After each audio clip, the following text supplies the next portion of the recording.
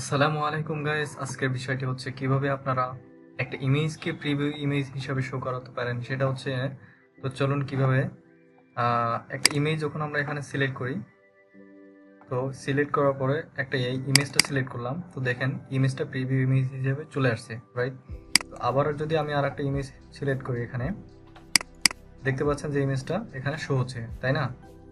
তো এটি কিভাবে করতে হয় সেটি আমি আজকে আপনাদের সামনে শেয়ার করব। তো চলুন কথা না বাড়িয়ে শুরু করা যাক। শুরু করার আগে আপনি যদি আমার চ্যানেল নতুন হয়ে থাকেন, অবশ্যই চ্যানেলটি সাবস্ক্রাইব করবেন, যাতে পরবর্তী ভিডিও বানাতে আমি আর উৎসাহিত হই। ঠিক আছে, তো চলুন শুরু করি।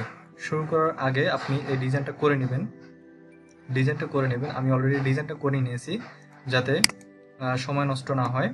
ঠিক আছে, এরকম একটা বয়লার প্লেট নিয়েছি, নেওয়ার পরে হচ্ছে আমি ডিজাইনটা করে রাখছি। এখানে একটা ইনপুট ফিল্ড রাখছি, দেন হচ্ছে আমি যে ইমেজটা শো করাবো যেখানে, সেখানে একটা ইমেজ ট্যাগ নিয়েছি। ঠিক আছে, তো ট্যাগ নেওয়ার পরে আমরা কি করব, জাস্ট ইনপুট ফিল্ডকে ধরবো, ধরার পরে এখানে একটা ফাংশন লিখবো অন চেঞ্জ নামে একটা ফাংশন নিলাম। এখন ফাংশনের নাম দিতে হবে,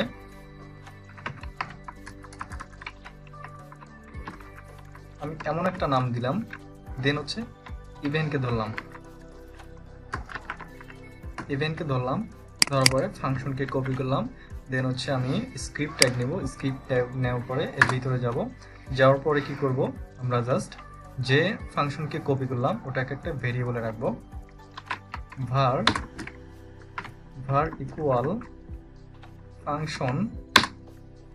ফাংশন দেন হচ্ছে একটা কার্লি ব্র্যাকেট দেবো, রাইট? তো যে ইভেন্টটা আমরা ধরছিলাম ওই ইভেন্টকে আমরা এখানে কল করব ইভেন্ট, দেন হচ্ছে ফাংশনের ভিতরে যাব। এখন কি করব, আমরা ফাংশনকে ধরার পরে একটা ফাংশন ক্রিয়েট করলাম। এখন যেখানে আমরা ইমেজটা শো করাবো, তাই না, যেখানে ইমেজটা শো করাবো ওই ইমেজকে ধরবো। তো ধরার জন্য আমরা ইমেজ ট্যাগ নেব, নেওয়ার পরে একটা আইডি নিব, আউটপুট বা অ্যাজ ইউর উইশ, আপনি যে নামে আইডি নিতে পারেন, নো প্রবলেম। সো আমরা আইডিকে কপি করলাম, দেন হচ্ছে এটার ভিতরে গেলাম, var আইডি দিলাম, দেন হচ্ছে আমরা যেহেতু হচ্ছে কি বলে আইডিকে ধরবো, document dot get element by ID, তাই না?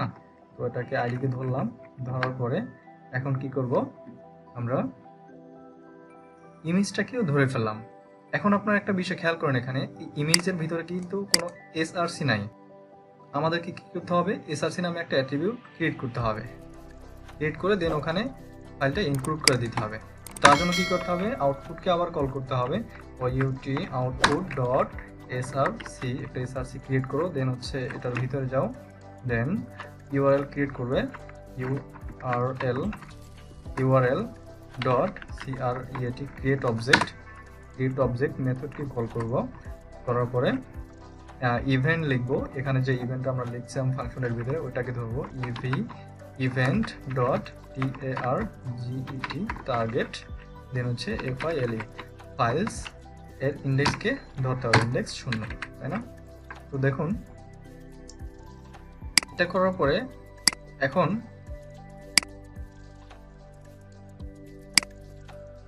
এটা যখন হয়ে যাবে, তো এখন কি করব, আমরা সাইটকে লোড দেব। দেখুন এখানে কিন্তু কোনো ইমেজ নাই, তাই না?